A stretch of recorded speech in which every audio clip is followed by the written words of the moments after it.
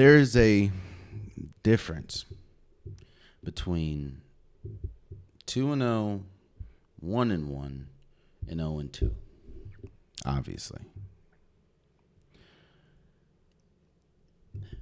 That quote is enhanced when you fall into a category that you don't believe or you didn't foresee yourself being in.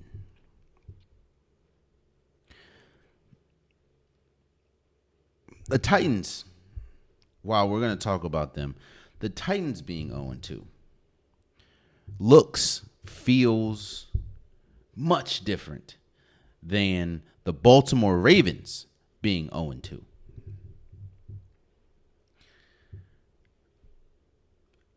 The Giants being 0-2 feels much different than the Baltimore Ravens being 0-2.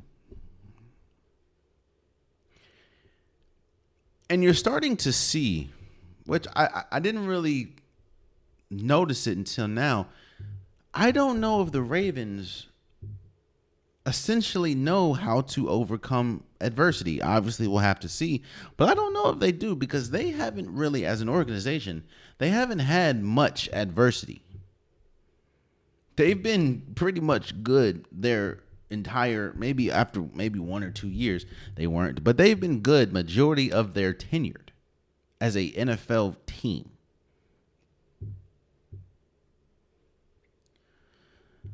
But there is adversity running rampant in this organization right now, because the Baltimore Ravens find themselves 0-2 after losing to the Raiders 26-23.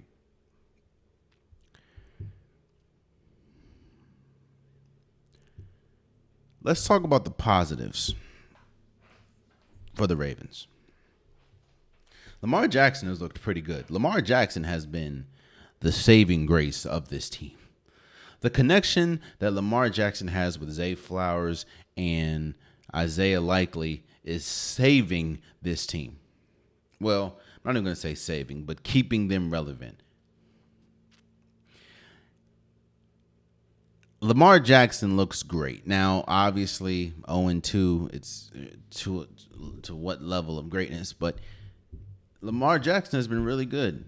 Zay Flowers has been really good. Isaiah Likely has been really good. But that's pretty much where the positives stop. The two biggest fears that the Baltimore Ravens had going into this season was, how will the defense be affected with a bunch of change? Again, I don't think you understand just how much they lost last year, whether we talk about Jadeveon Clowney, whether we talk about Geno Stone. They lost Patrick Queen. They lost and their defensive coordinator. They lost a considerable amount of talent from last year. On top of that, while yes, you still have some excellent mainstays like Roquan Smith, like Kyle Hamilton, like Justin Madubuike, like Kyle Van Noy, even though he's out, like Marlon Humphreys, but he's getting older. You still lost key pieces that helped your defense be historic a year ago. So that was one issue. That was one fear. Like, you didn't know how the defense was going to fare after all that turnover, especially the defensive coordinator. The other fear is, how is the offensive line going to fare? Because again, the two biggest units that got affected this offseason for the Ravens was the offensive line and the defense. Offensive line is pretty much an entirely new offensive line. And what do you know? The two positions that have cost the Ravens mightily these first two units that have cost the Ravens mightily these first two games is the offensive line and the defense. Offensively, the first game against the Chiefs, Chris Jones was wreaking havoc. The second game against the Raiders, Max Crosby was going crazy. Every time you look, you see the picture. Every time you look, Max Crosby was in the backfield. It's like, oh, there he goes again. Oh, is nobody going to touch Max Crosby? Oh, okay. I guess the offensive line isn't going to offensive line is not going to play today. All right. I think the Ravens are going to take time to gel as a unit, which I think that there is a level of panic, but not completely hyperbolic, go crazy. I think that there's still, especially when you see the Bengals are 0-2 and the Browns are 1-1 and the Steelers are 2-0. I don't know how much the Steelers are going to be able to keep up. Even though I will talk about them shortly and how happy I am and congratulations to them for being 2-0. But I did say that the NFC or AFC, North is the best division. But the Ravens, the defense continues to get gashed, bro. You gave up 276 passing yards to Gardner Minshew. Now we know Gunslinger Gardner is just going to throw the ball all over the place, rightfully so. But this Ravens defense was historic last year.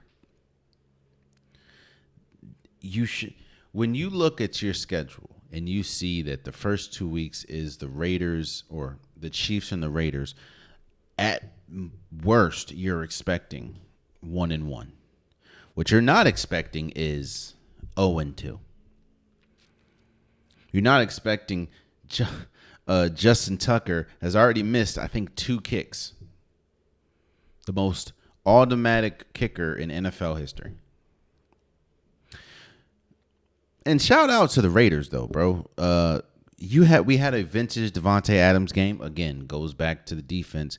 They were getting torched, bro. He had 9 receptions for 110 yards. I don't know if he had 110 yards 4 times last year. And he had a touchdown.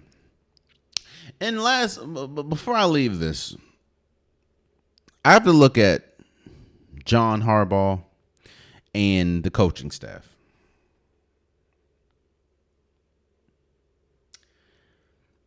You're hearing a lot of analysts say it, and you can see it. This team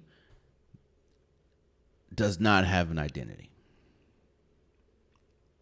And a lot of it is not because of the players, it's because of the coaching staff and the scheme. You'd think a team that led the league in rushing last year and brought on Derrick Henry would think to themselves, I think this is a perfect opportunity to lead the league in rushing again. And I understand that, John Harbaugh came out and said that Derrick Henry they didn't bring him to do 30 carries. That's just not smart, especially on his body. When you talk about his age, Derrick Henry just isn't at that position to do that, and understandably so.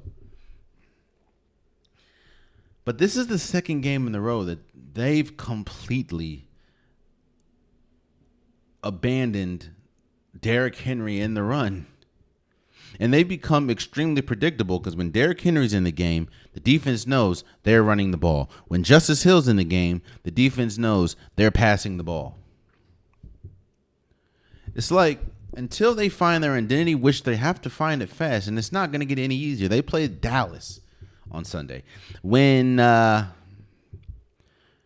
they need to find their identity. And for the life of me, I'm not saying that you have to rush Derrick Henry 30 times a game. But what I'm saying is, if it's working, why go away from it?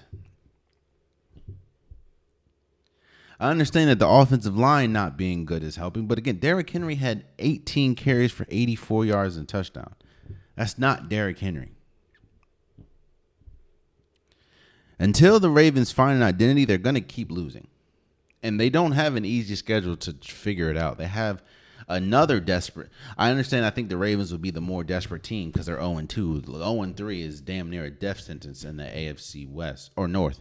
But you're about to go against another team that is desperate to win because they just lost in epic fashion.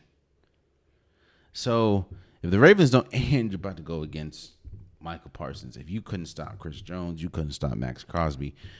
Good job trying to stop Michael Parsons. But shout out to the Raiders for beating the Ravens 26-23. So, oh man, you stayed to the end of the video. I appreciate you. If you like what you saw, be sure to hit that subscribe button so you'll never miss any content from your boy. You can also go back and watch past episodes, past clips, and don't forget that the Unpopular Podcast, new episodes drop every Wednesday and Saturday. Appreciate you.